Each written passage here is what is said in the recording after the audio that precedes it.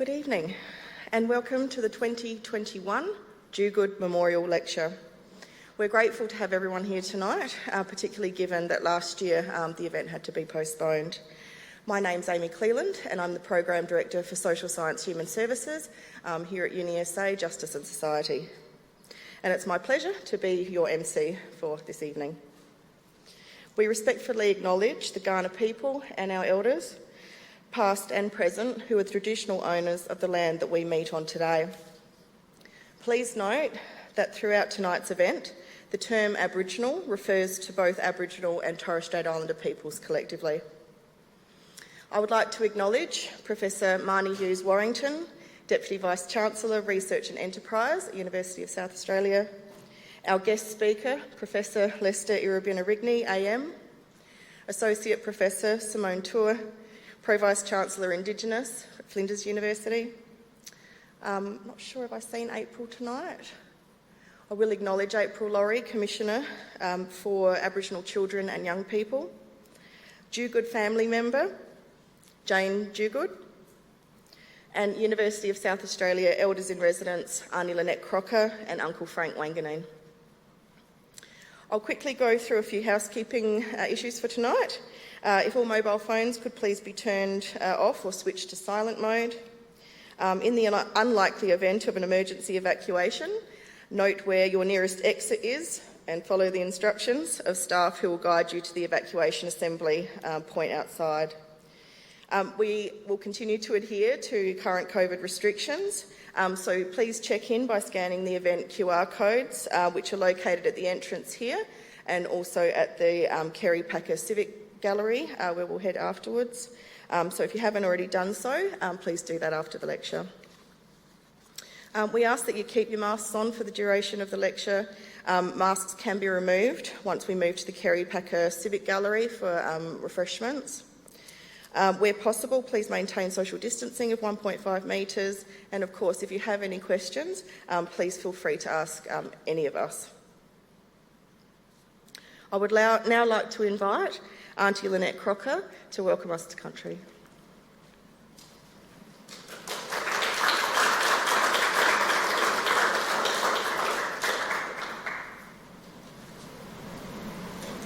Take this off. Yeah. Oh. Nina Mani, everyone. As a representative of the Kaurna Nation of people of this land, I would like to welcome you to this event on our country. I do this by greeting you all in the spirit of humanity. From my apical ancestors, the traditional custodians upon whose ancestral lands we are meeting here today. I'd also like to acknowledge the deep feeling of attachment and relationship of Kaurna people to the Yurta or the Yata, which means the land. I'd also like to pay my respect and recognise all countrymen and women and all non-Aboriginal people who have joined us today. And with this I say, ladies and gentlemen, it's with great pleasure that I formally welcome you to our shared Yata Kaurna country. And I do this by saying Kaurna Miana, Kaurna Yurta Tependi, and that is, if you recognise Kaurna people, you are recognising Kaurna land. So thank you, ladies and gentlemen.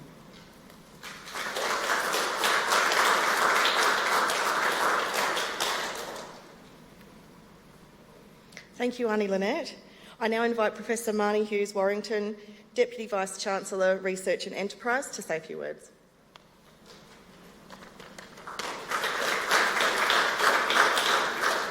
Thank you so much, Amy. And Auntie Lynette, thank you so much for that welcome. And I just want to acknowledge that that beautiful welcome has not always been reciprocated.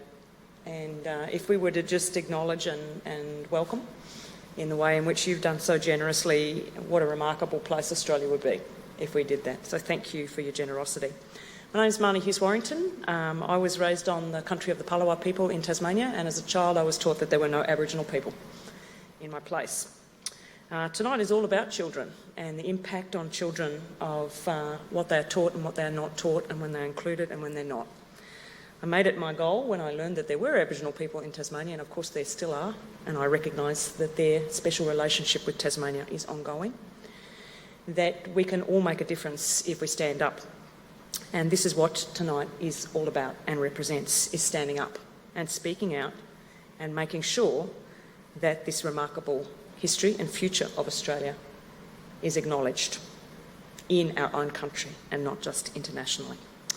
So, Aunty Lynette, thank you for your welcome. I'd also like to acknowledge that we are here on the traditional lands of the Kaurna people of the Adelaide Plains.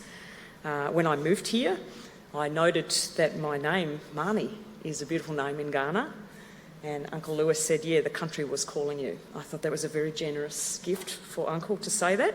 And then this last week he also reminded me that my name means fat, which I thought was a very nice... He just said my head should not get too big and I should be reminded, but good fat, he said, good fat. So I just acknowledge the teaching and the generosity, and I recognise and respect the unbroken connection that the Kaurna peoples have to this place, that there is no better place for a university. A place of learning is where learning has been going on for tens of thousands of years. So this is a great place for a university. I want to extend my respect and my recognition for all Aboriginal peoples here today, from whichever country you're from. Thank you so much for being here with us. I want to thank Professor Irene Watson for inviting me to be able to do this. She's the boss. I respect Irene, and I thank her for her wisdom and her counsel and the fact that she is teaching me and all of us so much. This is a biennial public lecture, and it's wonderful. It's jointly organised by us and by Flinders University. And Simone, thank you so much for being here tonight. And it's in honour of the lives of Dr. Charles Duguid and his wife Phyllis Duguid, OEM, who advocated the advancement of Aboriginal peoples. Now, Charles and Phyllis, we know a lot about them, and we advanced their work. They advanced their work in the 1930s. They really campaigned for the fair recognition of Aboriginal peoples, and that led to there were multiple forerunners, but forerunner of the Aboriginal Advancement League. And in 1994, the Aboriginal Advancement League made a substantial gift to the University of South Australia and to Flinders University to provide study grants for Aboriginal graduates, as well as to conduct a memorial lecture every 2 years. And the Duguid lecture is designed to further harmonious relationships between Aboriginal and non-Aboriginal communities and continues the respect for Aboriginal culture. And I tell you what, the greatest legacy, and always has been the legacy, is Aboriginal leadership itself. So while organisations will have different names and come and go, it's the Aboriginal leadership, that unbroken succession, that we acknowledge and respect today. And we're proud to support that, and we try to do our best in so many ways to do that. Our legislation at UniSA mandated our commitment to the recognition of the special cultures and knowledge and wisdom of Aboriginal peoples and how we might engage and recognise and advance that. We're the first university in Australia, South Australia, with a recognition of reconciliation action plan. We were the first in Australia to get a fee-free pathway through UniSA College for Aboriginal students who hadn't completed Year 12. And in 2019, we launched the Aboriginal Research Strategy, which I have co-ownership with Aunty Irene, a two-way knowledges approach embedded across our activities. Each campus has got Warringah Student Services offering Aboriginal students a friendly, comfortable and supportive place to study. And we are to small steps, but we get there. So we have a record number of Aboriginal students studying with us this year, UniSA. We're very proud of that. And I'm also very proud with Aunty Irene to support the large initiative we have, the Visiting Research Fellows initiative at UniSA. Our goal is to have 100 visiting research fellows at the university every year, and our target is to have 15 of those to be Aboriginal researchers, to recognise the wisdom and the knowledges and the contribution that Aboriginal peoples make in their communities, in universities and beyond, to advancing our knowledge.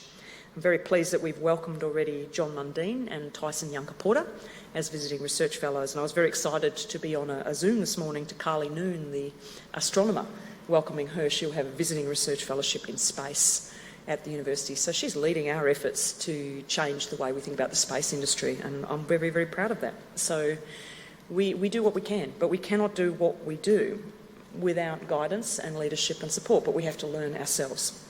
And this is why this lecture is really important, because it continues our opportunity to learn. And so it's a great delight that it's a very special lecture tonight because it's going to be given by Professor Lester-Irabinna Rigney, who has, I am so proud to say, has called me friend, which I find is a remarkable, generous gesture. Thank you, Irabinna. I think Irabinna will be introduced in a moment, but let me just say, as the DVC research, it's absolutely my right to comment on the researchers in this institution and to say a few words. And to sum up Irabinna by saying that Irabinna is a man who stands up. He stands up. He has, in the time that I've been at UniSA, has stood up and made it clear to education researchers across Australia that it is not good enough that Aboriginal people are not recognised in the peak research bodies. It is not good enough that they're not fellows in the peak research bodies that are Aboriginal. It is not good enough that Aboriginal people are not invited to speak on behalf of education, which is the very best investment you can make in the future, because we know that education changes health, economic and happiness outcomes. So it's the right thing to stand up on, and I respect that, Irabinna. Thank you so much for standing up on those things, and you continue that standing up tonight, and I am really looking forward to continuing to learn from you. Thank you, Amy, for the pleasure of introducing, and I will hand back to you. Thank you, Mani. I'll now invite Associate Professor Simone Tour, Pro Vice-Chancellor Indigenous from Flinders University, to say a few words.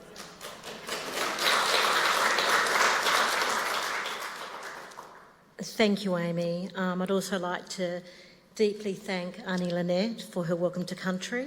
I'd also like to acknowledge Uncle Frank Wanganeen sitting next to Aunty Lynette as well, and obviously Irabinna, who we've been colleagues together for a long time. In fact, I started at Flinders University in 1998 when Irabinna was there, so we've known each other for a while. I also want to acknowledge that we are meeting on Ngarrindjeri, and I do this as a young Wandjara woman who is living out of country, but have gone back and forth to my country throughout my life. But I'd also like to really thank Aunty Lynette for the generosity of your welcome and the significant meaning and sentiment behind your welcome to us. And I agree that we should never take that welcome for granted. It should be very deeply thought through and considered as we walk, live and work on Ngarrindjeri. So thank you, Aunty Lynette. But I also want to acknowledge all Aboriginal and Torres Strait Islander peoples in the room and guests as well. So I am the current Pro Vice-Chancellor Indigenous at Flinders University, and I am leading Aboriginal engagement as a whole university approach. But I must admit, my first degree is from UniSA in the old Underdale campus days, so I do have an affiliation with UniSA as an alumni, so it's nice to come back here always. In this capacity as Pro Vice-Chancellor Indigenous, I really want to acknowledge Charles Duguid, who campaigned for Aboriginal rights, as you've mentioned, from the 1920s to the 1980s, and the legacy to make a difference to society, and I think that's a really critical part to it. But both Charles and Phyllis, advocacy and also their drive for recognition of Indigenous political needs and cultural rights as public advocates continues today in many different ways through reconciliation and in self-determination movements as well. And I do want to acknowledge the family here as well. I was fortunate enough in 2016, it was a real honour to actually co-edit with Professor Emeritus Gus Warby and Dr. Tristan Kennedy, the long campaign, the Duguid Memorial Lectures 1994 to 2014. So we might have to catch up actually. The lecture essays, which include many of our esteemed presenters, including such as Dr. Jackie Huggins, Aunty Lowell Donoghue, and Adjunct Professor Peter Buckskin, and many more presenters over the time that this public lecture has been delivered. And I really encourage you just to, have a look at the incredible lectures to see the legacy of the work that's, moved forward in relation to the advocacy and the advancement for the work of Charles Duguid. So the Duguid lectures are both a legacy and ongoing and continual call for action, where truth-telling, recognition of voice and treaty remain critical to the political landscape and rights for First Peoples in this country. And I too really look forward to hearing Professor Lester-Irabinna's lecture tonight around children. I know that's something that Irabinna's always been passionate about, and a drive for education for our communities. And so I really look forward to your lecture tonight. Thank you.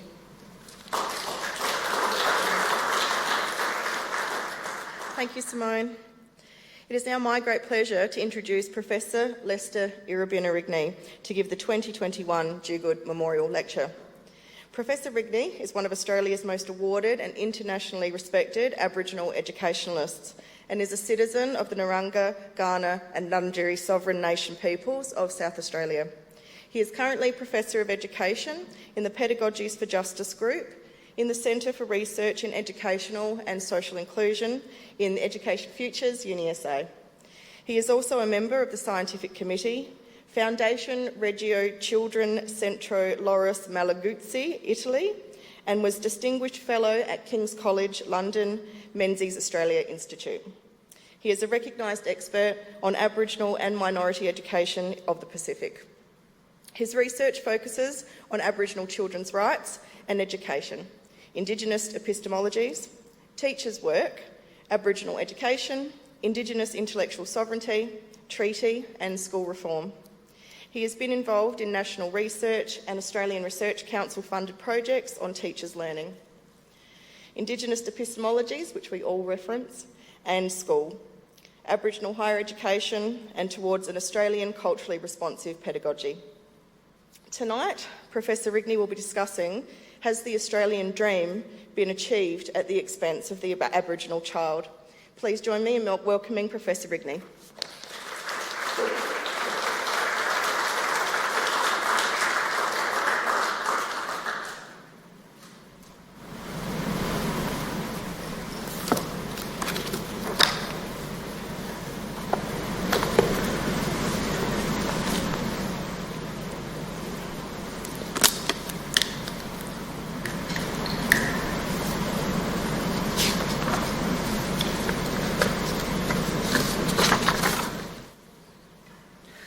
Ngacha Yungandaya Yakunun Alia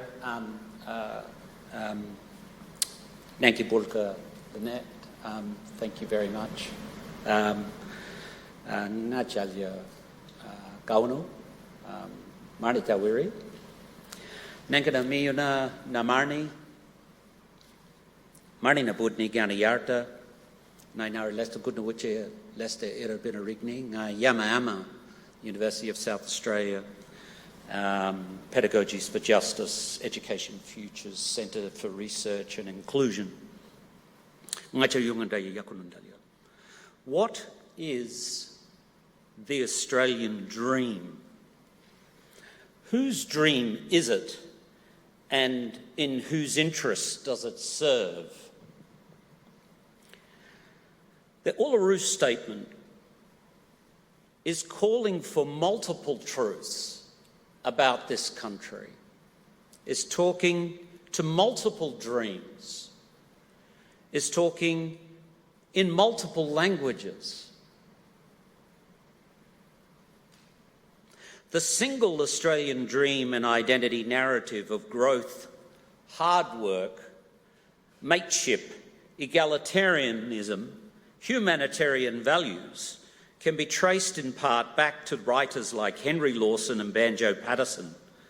But reading Lawson's Drover's Wife and While My Billy Boils, or Patterson's The Man from Snowy River and Waltzing Matilda, neither men accounted for the survival of the Aboriginal child from brutal invasion. They also didn't anticipate the rapid social change towards school inequality or the rise of poverty in the face of obscene, extreme Australian wealth. To demystify the Australian dream today unearths deep problems, particularly inequality. These include the richest 10% of Australian families own 45% of the country's wealth. Income inequality leaves the lowest 60%, who are mainly youth and children, on the breadline. The highest 1% of Australian families earn as much in a fortnight as the lowest 5% receives in a year. In one of the richest countries in the world, Australia is failing too many children. Compounding inequality is the struggle over schooling by those who are minority in the country, the rich. Australian students are tumbling down the global OECD rankings in reading and science. Today, 1.2 million Australian children are growing up in poverty. All children imprisoned in the Northern Territory are Aboriginal. No improvement in closing school gaps for over a decade for Aboriginal children. There is now a large body of research, which my products contribute to, that confirm the school challenges Aboriginal students face when settler identities are projected onto Aboriginal children without their consent. Aboriginal school experiences illuminate how Aboriginal children are blamed for their own failure, leaving untouched normative notions of settler identities and histories firmly entrenched in the curriculum. What is the place of the Australian child in our society? Specifically, how do we address school crisis in delivering education to the Aboriginal child? Despite the Australian dream, Australia is yet to live up to the promise of democracy for the Aboriginal learner. We need a new social contract for schooling that moves us beyond a one-size-fits-all single Australian dream. Education transforms lives. Schools do the work of the nation to help all children be happier, grow healthier, learn stronger, and earn higher. The future of our children is at risk, and so is our humanity. We are at a turning point. Urgent action is needed to change course for better futures. What an honour it is to be here to present my work to you in this amazing scientific series. I want to thank Flinders University and UniSA, Uncle Lewis particularly, who gives his apology, Lynette, Uncle Frank, Professor Hughes Warrington, who I respect immensely, Professor Irene Watson, my long-time friend and colleague and theorist who I cherish a lot, Associate Professor Simone Olalgatur, and I just wanted to also pay tribute to your mother, Ngarrindjeri, who, along with my mother, Dr. Alice Rigney, were the ultimate disturbers of the peace. I also wanted to thank somebody who I admire from a distance and following her scholarship, Amy Cleland. I await your career to blossom as mine is coming to an end. I acknowledge the unceded sovereignty of all Kaurna children. I want to pay tribute to the Duguid family and some of the family who are here tonight, whom I will elaborate further in this oration. So let me begin. Following the insights from Paulo Freire, a leading 20th century Brazilian educator on education as practices of freedom from injustice, a dark cloud of school inequality has descended over Australia. Let me open with a series of questions that highlight, I believe, a gravitational pull of Australian politics towards educational inequality. What is the meaning and purpose of schooling after colonial invasion and massacre of children? How do we explain Australia's identity crisis, where the teacher is blind to the Aboriginal child's identity as ancient knowledge producer for over 50,000 years. With the Aboriginal child excluded and not recognised in the birth certificate of the nation, the Australian Constitution, what does this Australianness of state mean for school instruction of children? In other words, what is the meaning of settler sovereignty in Australia when the Aboriginal child is not legally or officially recognised? Why is it left to teachers, schools and the curriculum to determine the Aboriginal place in history in the absence of the founding document? If you are not in the Constitution, you are distanced from the curriculum. This is what I call a constitutional and curriculum nexus. Teachers stand little chance of creating a wider gap in the curriculum to allow the Aboriginal learner to fill. How does Australia's yet determined place for the Aboriginal child, regardless of debates around it, help schools decide whose knowledges and languages and histories are included and whose are excluded? All children are intelligent. How then do we support teachers in a dialogical, culturally responsive instruction to see Aboriginal children for what they are, intelligent, competent subjects? As claimed by Freire, how do we teach teachers to link learning to Aboriginal cultural and linguistic talents brought from home to school for success? They could speak 3 Indigenous languages, but can't do English literacy very well. Doesn't make them illiterate. It makes the teacher illiterate. And lastly, how does Australian neoliberal business model reforms of standards testing and the need for public schooling to make money inhibit pluralism that is inconsistent with its own democratic vision of a just society? Now, obviously, my colleagues and friends, answering all these questions deeply is a massive task. 3 of my recent papers used for this presentation only attempts to offer a partial answer to some of the questions.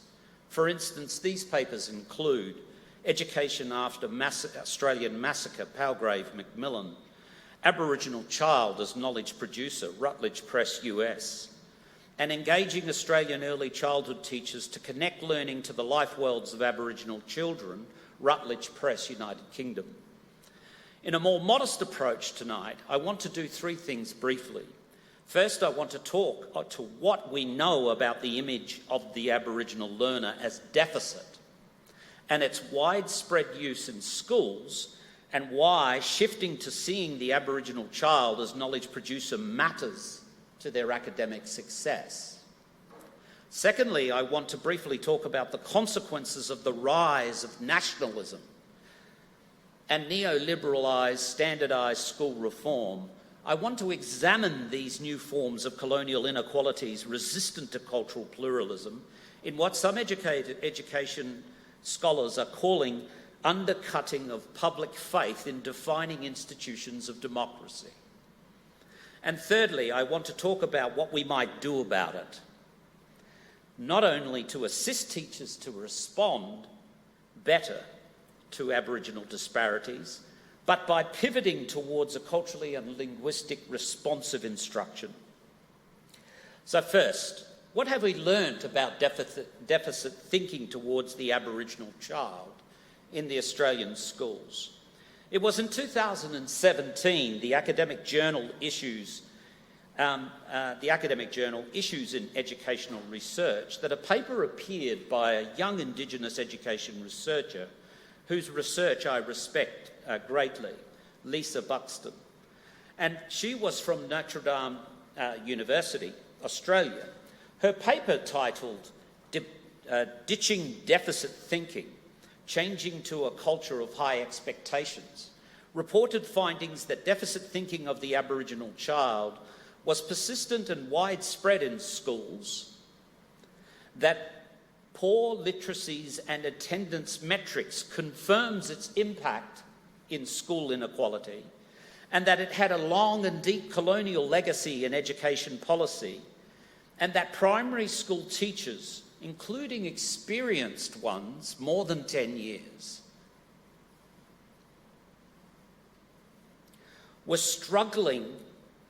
didn't feel confident and were struggling to meet the teacher standards on delivering Aboriginal education.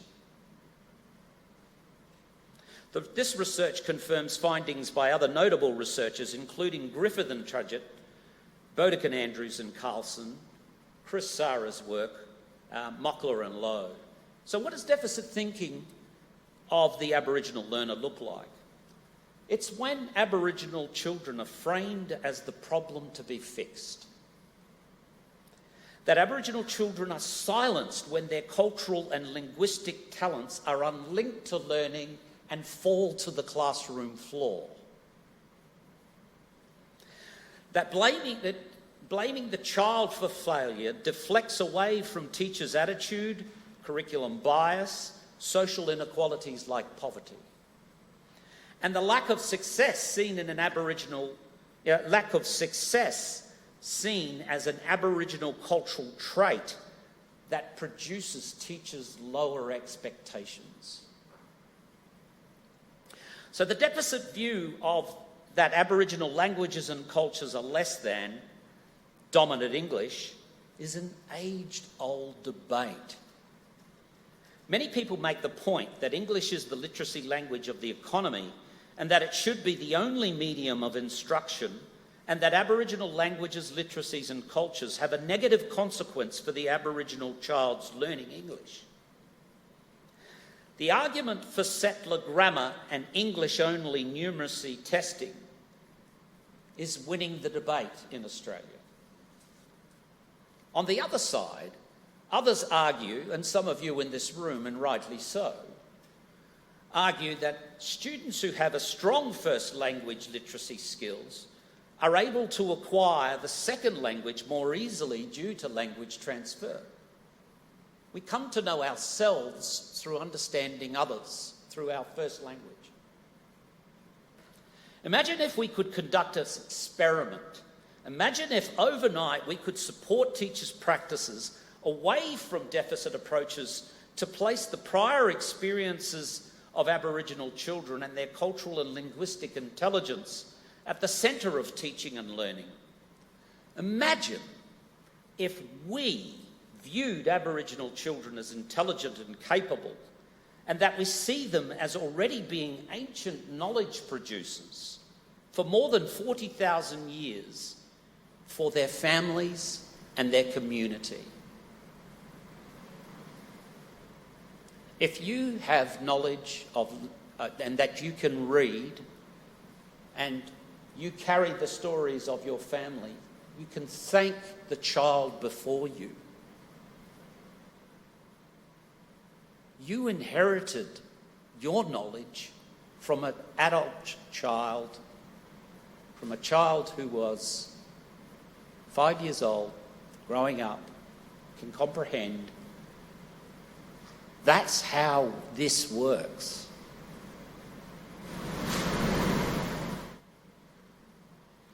So,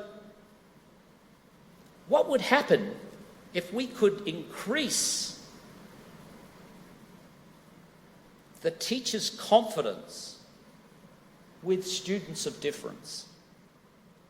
Would this further diminish the learning success, or would it give us more confidence? Well, Professor Rob Haddam and myself conducted exactly this experiment in a prestigious ARC Australian Research Council Discovery 3-year grant that used a culturally responsive teacher practices in 10 multicultural schools with 20 teachers servicing over 400 students. So what happened? The data is clear.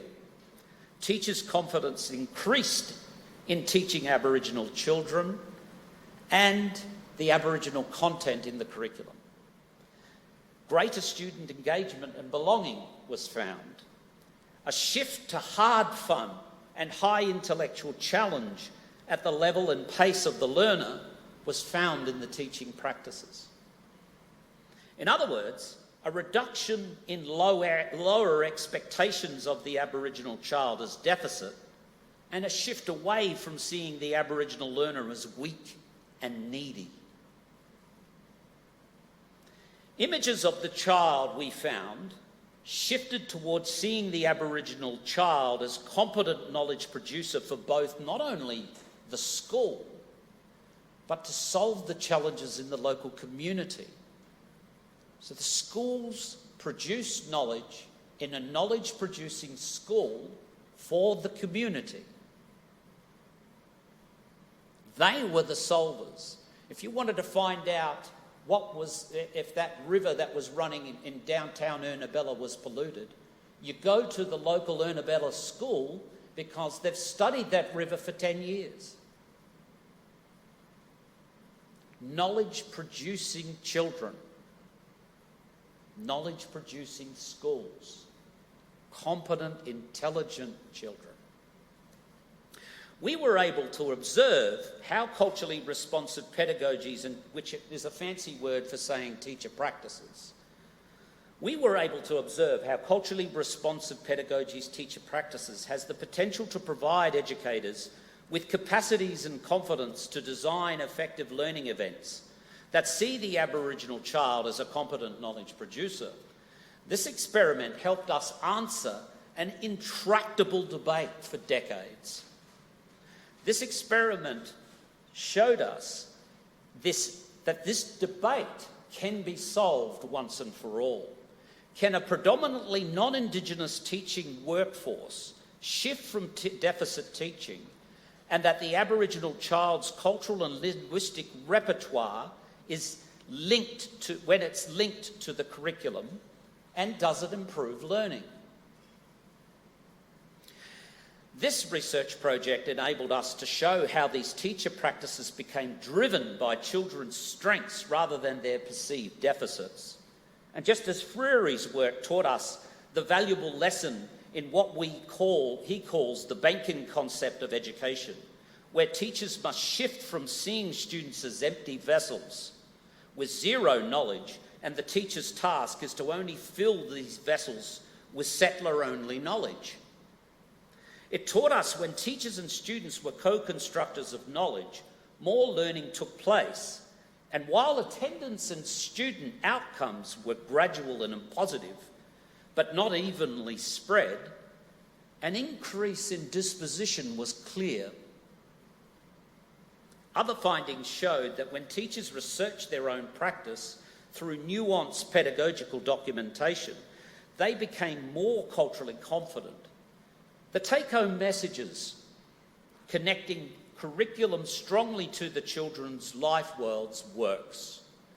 Getting them as experts of their own life worlds to research their own families and communities as experts works. Starting from what they're not bringing to school is the wrong place to start. Start from their strengths and move to their weaknesses. While many teachers are successful with teaching Aboriginal children, others struggle to promote a culturally responsive learning atmosphere and its architecture. The third thing the experiment found was that while the corporatisation of public schools and its neoliberal audit culture of teaching manifested through standardised literacy testing did inhibit teachers' practice for diversity. But we found with intentional reforms and inclusion in both the professional development and the practices of the teacher, these did make a difference to teachers' confidence. We found that the deliberate managing of the teacher's labour in its busy work in favour of diversity, whilst building the importance of professional learning communities in a school to teachers' network, was found to be essential to enabling greater possibilities for culturally responsive practices to flourish. In comparing elements that support the development of a cultural responsive practices, with literature related to teachers' work intensification in a neoliberal context, it is clear from our research that neoliberal policy regimes are deeply problematic for establishing teachers' professional well-being or addressing their complex pedagogical challenges they faced in rural, remote and urban settings. Let me be clear, my colleagues and friends. The policies of teacher accountability, managerialism, performativity technologies such as English-only settler grammar NAPLAN scores and non-compulsory Aboriginal curriculum has serious consequences for Aboriginal education. Urgent change is needed, especially in places like Northern Territory, who are failing dismally. At the moment, Northern Territory is moving away from offering secondary school education to remote Aboriginal children in Northern Territory. And if you weren't paying attention, this could slide under the view that we now know that all children imprisoned in Northern Territory are Aboriginal. This is not because they are poor.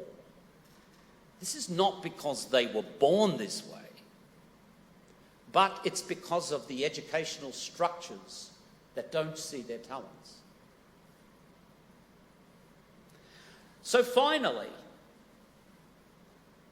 the take-home message here is the competent child needs a competent teacher, and that a culturally responsive teacher needs a culturally responsive system, and that a culturally responsive system must produce a culturally responsive professional development program for its workforce, who are labouring with trying to solve the complexities that the Constitution doesn't solve.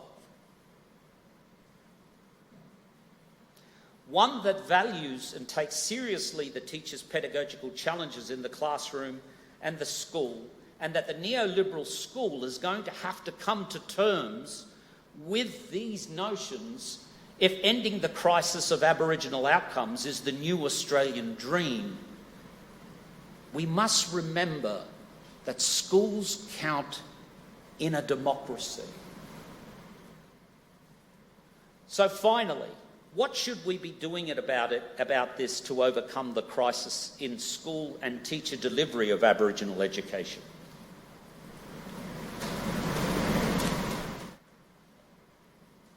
In other words, what should we be doing to increase culturally responsive schooling, leadership and policy so the Aboriginal learner can achieve their version of the Australian dream? If we are smart, we would invoke in schools educators across early learning sites to build, invoke, capture, bridge the learning talents of what the children's multiple knowledges are brought from home, and link these to learning.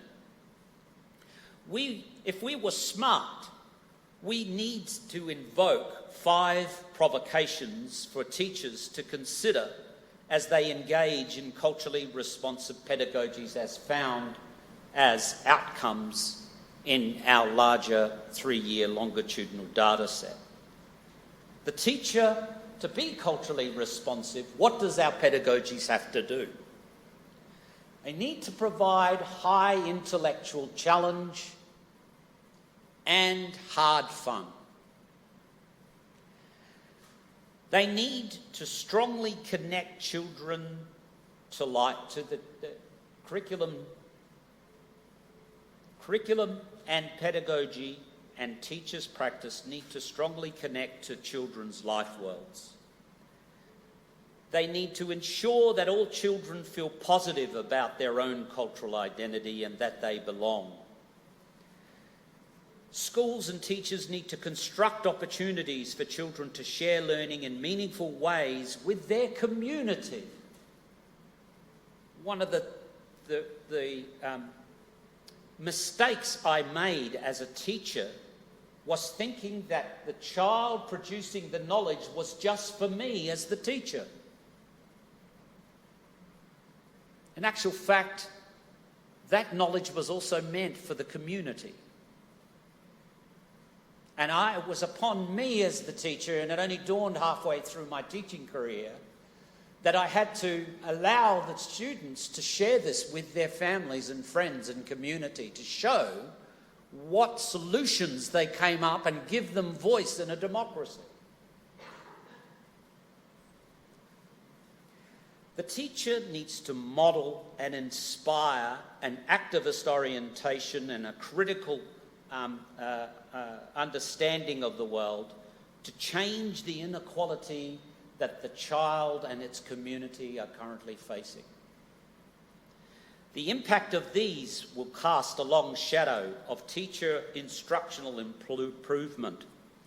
In conclusion, schools do count in a democracy to ensure the child's citizenry rights are upheld.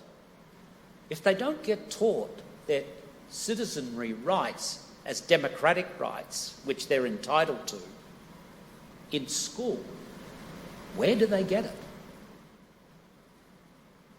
Education inequality and disadvantage is against the child's rights. We do not need to settle for this. It does not have to be this way. We can support teachers to ensure their classroom practices are not disconnected from country, from culture, from the linguistic and ontological talents of the Aboriginal child. Linking the world of home to school is the future. We must achieve normalising classrooms where language and literacies are viewed as social constructs and culturally specific. The take-home message to you, my colleagues and friends, the schools and the teachers, the education researchers, the community elders, the community leaders, the senior managers of universities who are our colleagues, the professors in the room. The take-home message is how to be authentically responsive to children. Respond respectfully. Respond culturally. Respond democratically. Respond with stretch, with hard fun. A single Australian dream, a single literacy, a single language is not our future. The future is multilingual, is multicultural, is multi-truths, is multi-dreams as a vision. Thank you very much.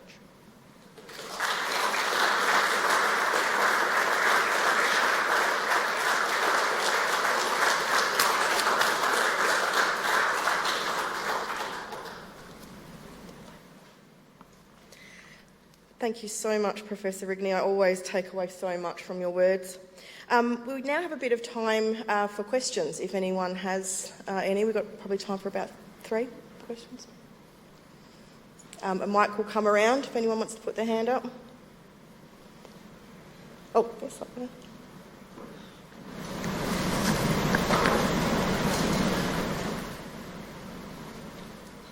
Thank you.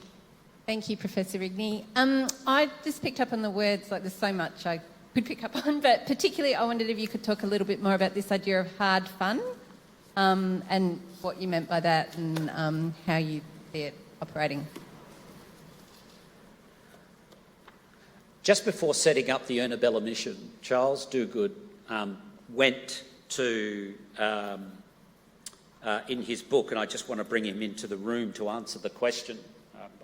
I'm really lucky. I think this is a really expensive book. This is the first edition of The Doctor and the Aborigines by Charles Duguid. And I just want to bring him into the room to answer your question. But this is his chapter 11 called A Bee in the Bonnet. And it's followed by his chapter 10 where he's lamenting the treatment of Ngarrindjeri, Ngarrindjeri and Ngarrindjeri people, First Nations people in the lands. And he's called this damn dirty niggers. And so he's lamenting about the treatment of Narungga, and he is saying that he wants to stop this dreadful treatment, but what he doesn't want to do is to give the poison of welfare and the poison of low expectations, or settler low expectations. He says that, in the Bee in the Bonnet chapter on page 115, that these are people of high degree. And you hear Uncle Lewis saying this, and you hear Lynette and Uncle Frank saying this as well, that there's this, that Aboriginal children and Aboriginal people have a high excellence in their cultural traditions. So we don't want to get into the levels of initiation ceremonies that Ngarrindjeri, Ngarrindjeri, Ngarrindjeri, Narungga, Ngarrindjeri and Kaurna go through. But there is a series of excellence that they have to pass, similar to the Western education. So there is no research anywhere that I could find, anywhere in this country or abroad, that says that an Aboriginal parent wants a lesser standard of education for their children.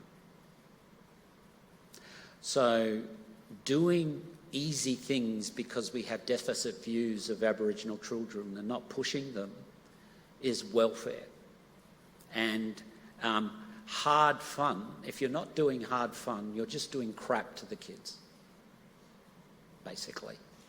Now, he's more eloquent than I am, and I want to bring him into here. I think it's just before Ernabella's mission is being established. And he is making an appointment. Back in Adelaide, I made an appointment with Mr. later Sir Herbert Hugh Hudd, the minister then responsible for Aborigines in South Australia. I tell him, I have seen that Pitjantjatjara of the Pitjantjatjara of the Musgrave Ranges was so far uncontaminated and in excellence by the lack of contact with the white man. And I was determined that they should be given a chance to survive in their own country, where their languages and knowledge traditions could survive and thrive. It seemed that the best way to do this would be to establish a Christian mission at the eastern end of the ranges, probably close to the spot where we had stayed, and that the mission should act as a buffer between Aborigines and the encroaching, unscrupulous white man. Mr. Herbert Hugh Hudd, Minister responsible for Aboriginal South Australia, he gave me a good hearing as I told him about the conditions I had found between Unadada and the Musgrave Ranges, including the breeding of many children and the inhumane and irresponsible attitude of many white men in the area. He asked me to put my report in writing together with more details about the Christian mission I was suggesting. So he's writing close to the time where W.E.H. Stanner, in his lecture, The Great Australian Silence, where Stanner, Duguid are questioning the Australian dream that Banjo Patterson and Henry Lawson are talking about. I hope that answers it, and I'm sorry, I needed a way to get him in here. Sorry, Charles.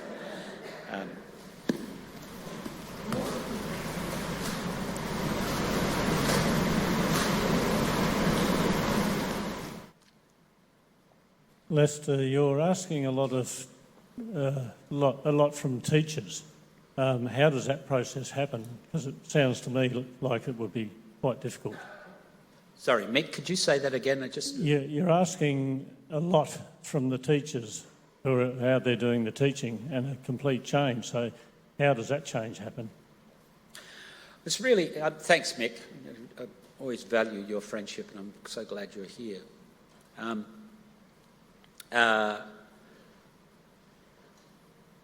Teachers are amazing.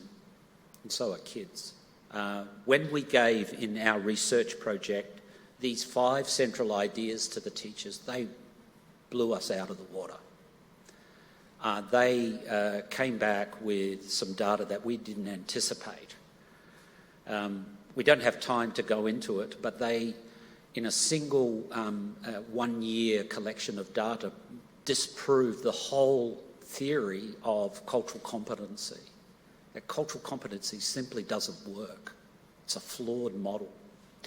The teacher cannot be competent in the 16 or 17 cultures and languages that are in the classroom, that walk into class daily.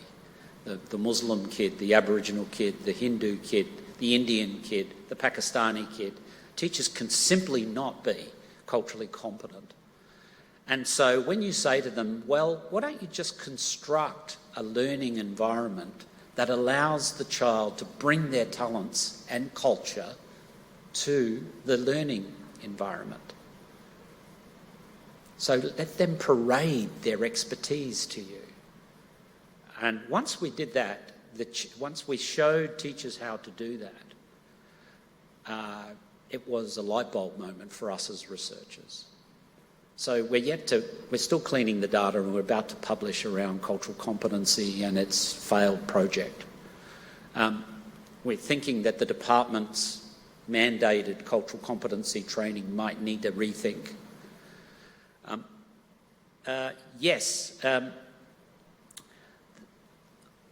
The thing that I think that makes this research so critical is 1 in 3 parents of Australian children are born overseas. That we now have super diverse classrooms. So teachers are yearning, are screaming for practices and pedagogies that help them deal with the super diverse learner. And at the moment, all they're getting is English-only training to improve NAPLAN scores.